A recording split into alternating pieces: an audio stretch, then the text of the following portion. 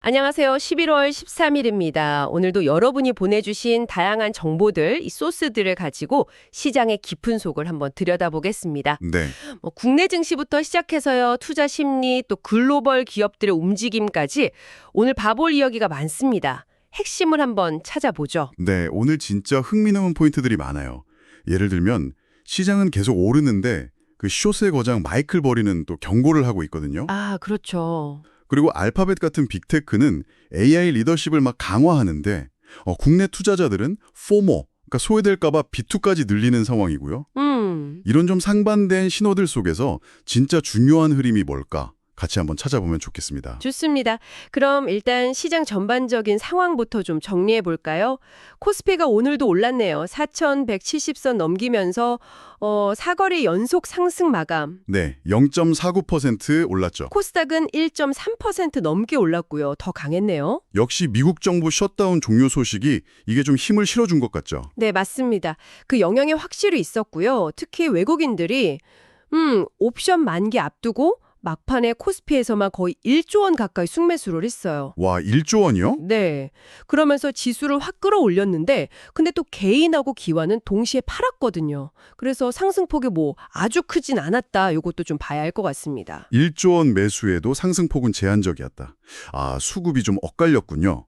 근데 이 시장 분위기랑은 좀 다르게 원달러 환율은 오늘도 올라서 1467.7원, 장중에는 1475원도 넘었다면서요? 네, 맞아요. 7개월 만에 최고치입니다. 아니, 미국 달러 자체는 좀 약세라고 하는데 왜 원화 가치만 이렇게 떨어지는 걸까요?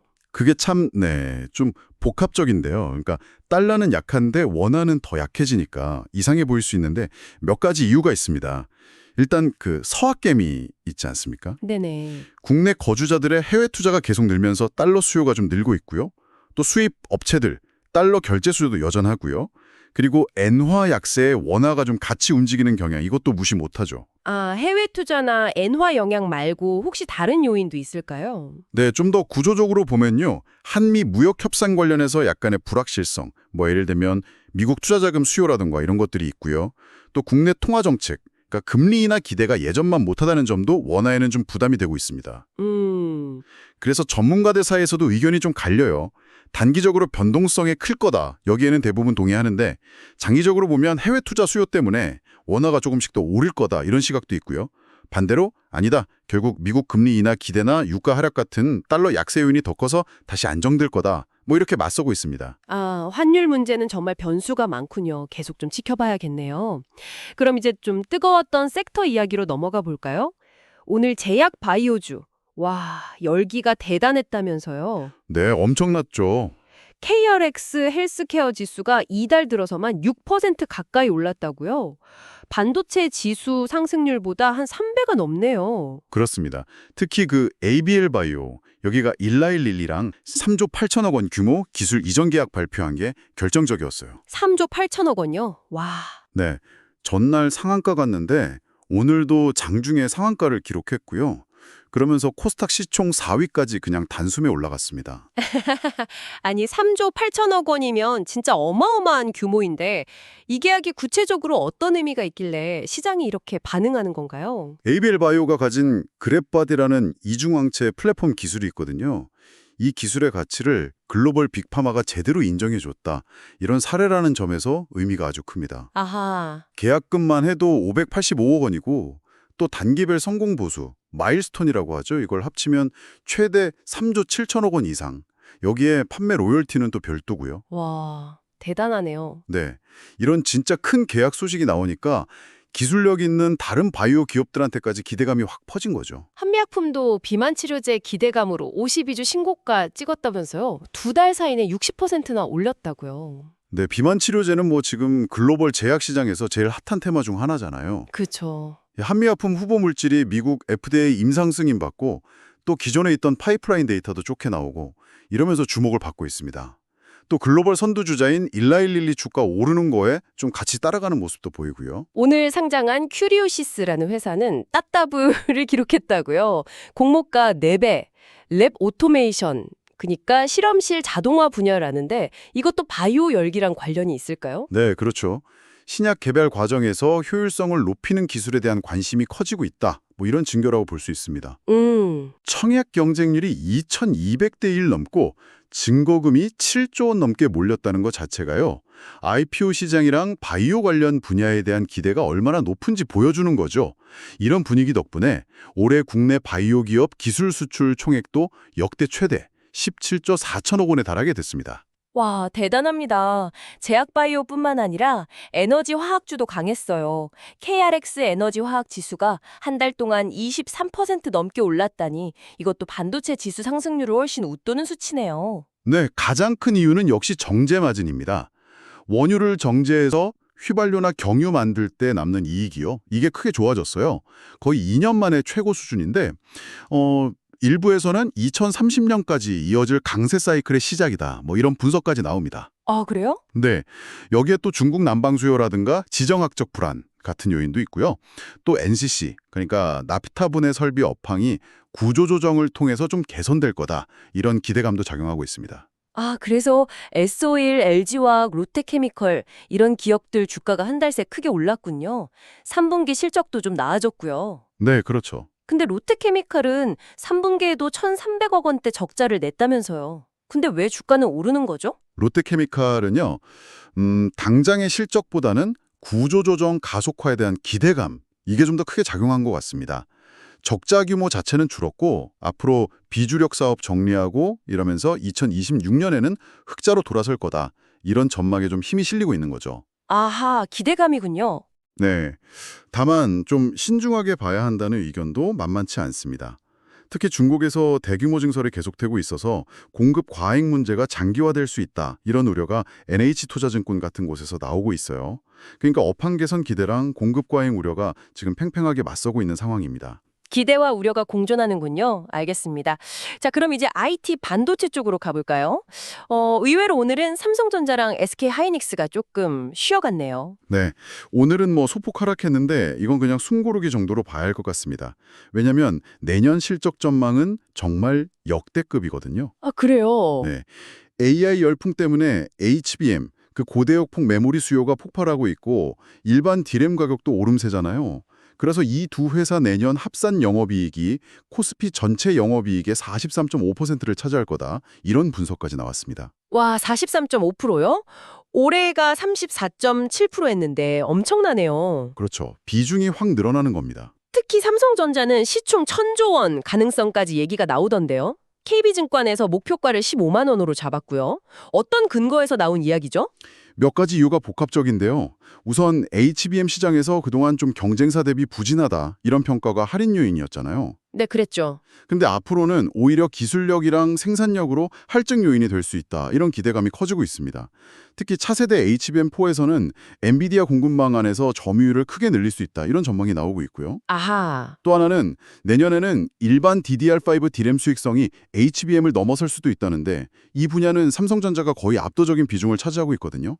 그래서 더 큰 수혜를 볼 수 있다. 이런 분석입니다. 아, HBM뿐만 아니라 일반 D램에서도 기회가 있다. 이런 거군요.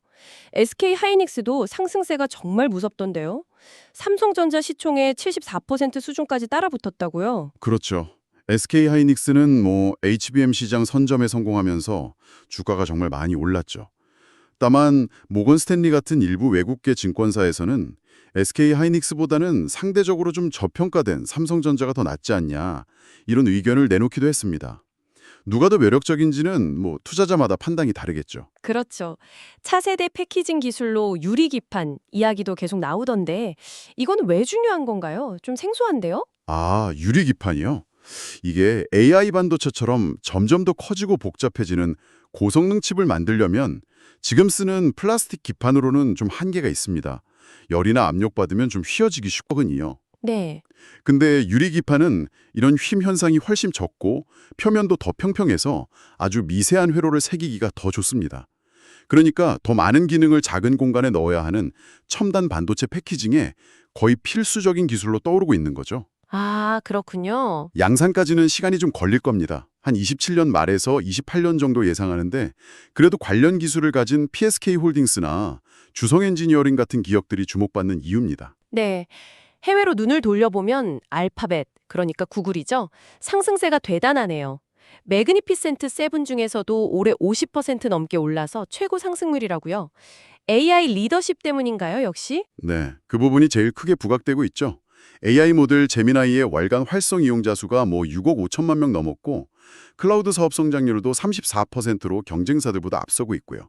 자체 개발 칩이라던가 자율주행자 회사 웨이모의 성장세도 좋고요. 근데 재미있는 건 이렇게 잘 나가는데도 주가 수익 비율, PER이라고 하죠.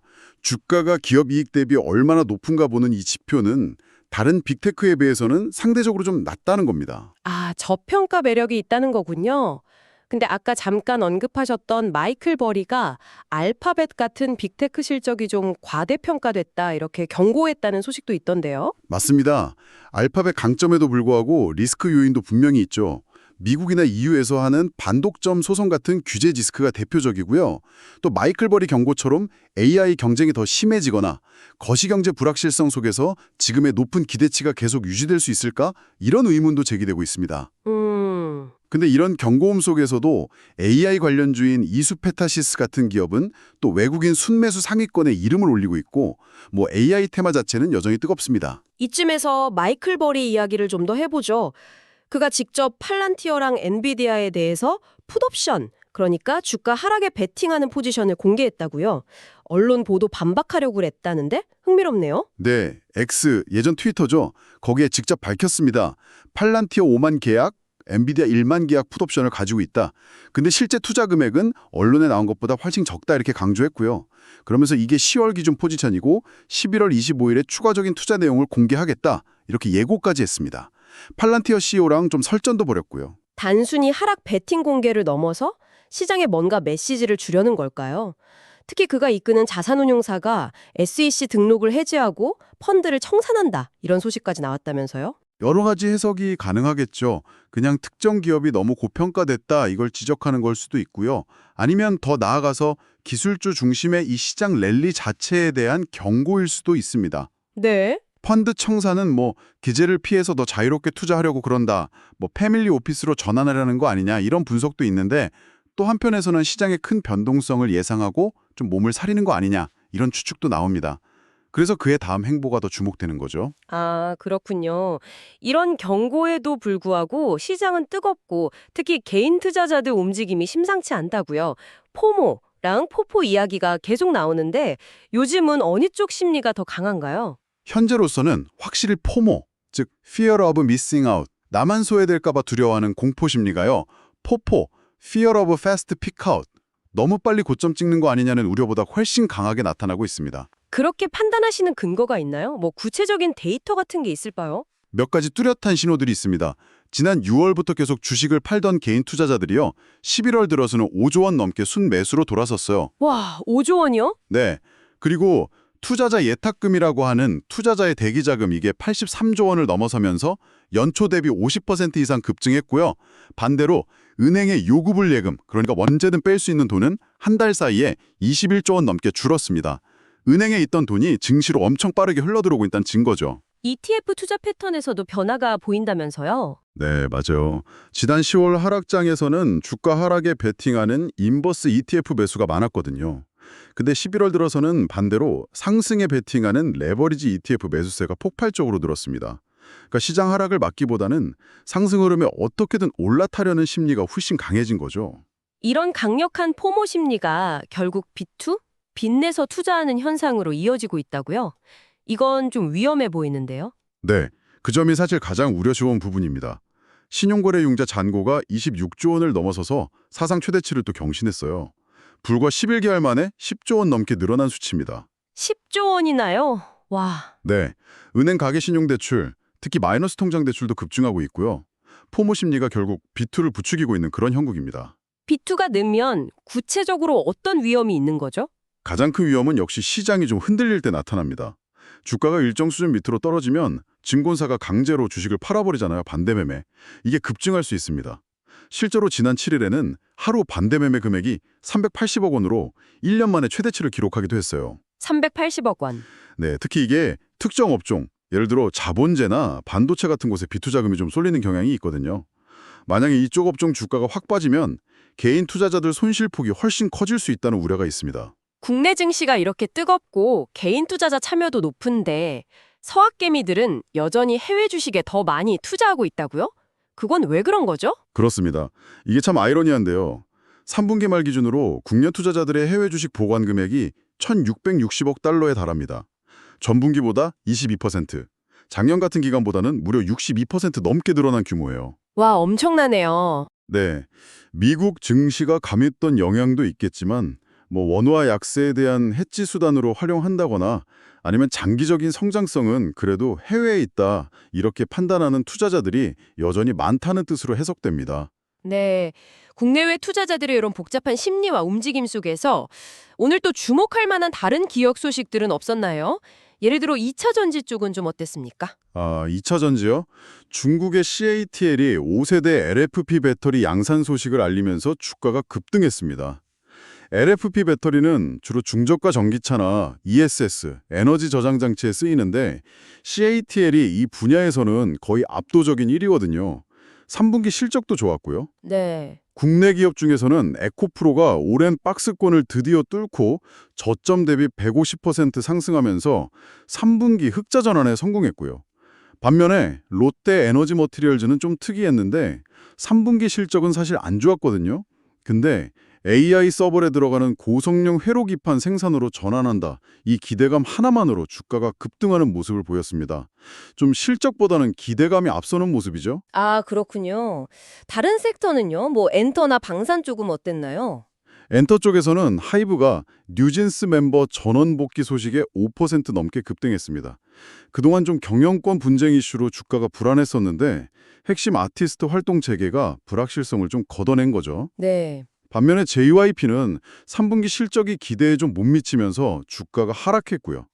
방산 쪽에서는 한화 에어로스페이스가 폴란드 수출 등에 힘입어서 3분기 호실적을 기록했고 수주잔고가 31조 원에 달해서 추가 수주 기대감도 여전합니다.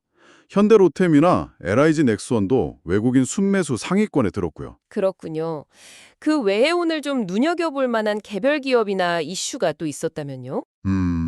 좀 안타까운 소식인데 쌍방울 그룹주들이 상장 폐지 결정 효력 정지 가처분 신청이 기각되면서 결국 정리매매에 들어갔다는 소식이 있었고요. 아, 반대로 두산 에너빌리티는 원자력과 가스터빈 경쟁력을 바탕으로 턴어라운드 기대감이 커지고 있다. 이런 긍정적인 분석이 나왔습니다. 또 한국가스공사는 14조 원 넘는 미수금 부담 때문에 주가가 좀 부진한 반면에 한국전력은 원전 가동률 상승하고 요금 인상 가능성 덕분에 9년 만에 최고가 수준까지 올랐다는 점도 좀 흥미로운 대비였습니다. KT는 내년 배당 증가 기대감으로 주목받고 있고요.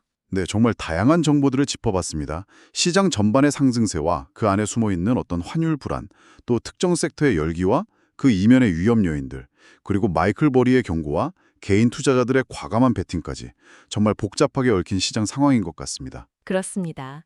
기술주에 대한 낙관론이 아주 팽배한 가운데서도 벌이 같은 신중론자의 목소리가 나오고 있고 또 한편에서는 빚까지 내서 시장에 뛰어드는 개인들의 모습이 공존하고 있습니다. 기회를 잡으려는 열망과 고점에 대한 불안감이 그 어느 때보다 강하게 교차하는 시점인 것 같습니다. 뭐랄까 중요한 것은 이 속에서 자신만의 중심을 잡는 것이겠죠. 맞습니다. 오늘 저희 분석을 들으신 여러분께서는 이런 질문을 스스로에게 한번 던져보시면 어떨까요? 현재 시장을 지배하는 이 낙관론이 과연 현실에 단단히 발을 딛고 있는 것인지 아니면 기대감이 만들어낸 거품에 좀 더 가까운 것인지 이걸 판단하기 위해서 당신이라면 앞으로 어떤 구체적인 지표나 신호에 가장 주목하시겠습니까? 포모와 포포 사이에서 또 낙관과 비관 사이에서 자신만의 투자 원칙을 세우는 것. 이것이 앞으로 몇 달간 우리 모두에게 중요한 과제가 될 것 같습니다. 다음 분석에서 더 깊은 통찰로 찾아뵙겠습니다.